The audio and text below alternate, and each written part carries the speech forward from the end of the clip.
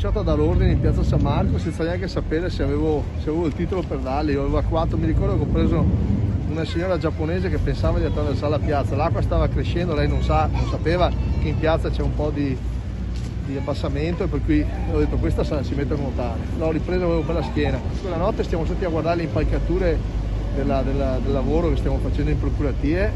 Avevo paura perché c'era stato un momento di vento fortissimo e venissero giù, e nel frattempo abbiamo evacuato la piazza e continuavamo a andare a salvare le persone sui pontili. Io stesso ne ho tirato giù una a Castello, mi ricordo questo signore terrorizzato, erano caduti praticamente le passerelle dentro che collegano il pontile della CTV alla riva, e questo era da solo, infreddolito, pieno anche di paura perché era in balia delle onde. C'è questa zattera, a quel punto aveva rotto gli ormeggi.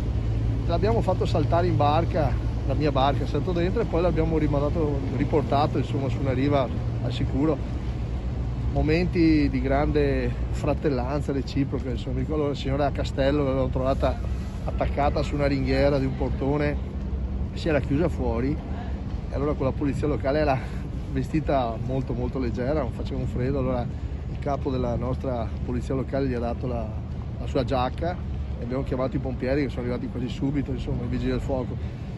Ho in mente delle scene incredibili di ragazzi che sistemavano i libri, di volontari da ogni dove, telefonate dei sindaci, delle istituzioni, sono venuti tutti, maggioranza, opposizione. Dobbiamo ringraziare tutta questa gente, questi volontari, hanno agito tutti come una cosa sola, un'unica comunità, per cui insomma il ricordo della tragedia è anche unito a un ricordo di una popolazione orgogliosa, di organizzazioni, di persone che non hanno lesinato la propria generosità.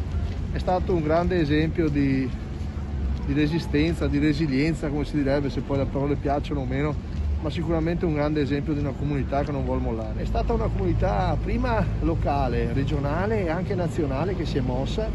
Chissà che non perdiamo quella memoria di cosa vuol dire fare le cose assieme, senza nessuna polemica.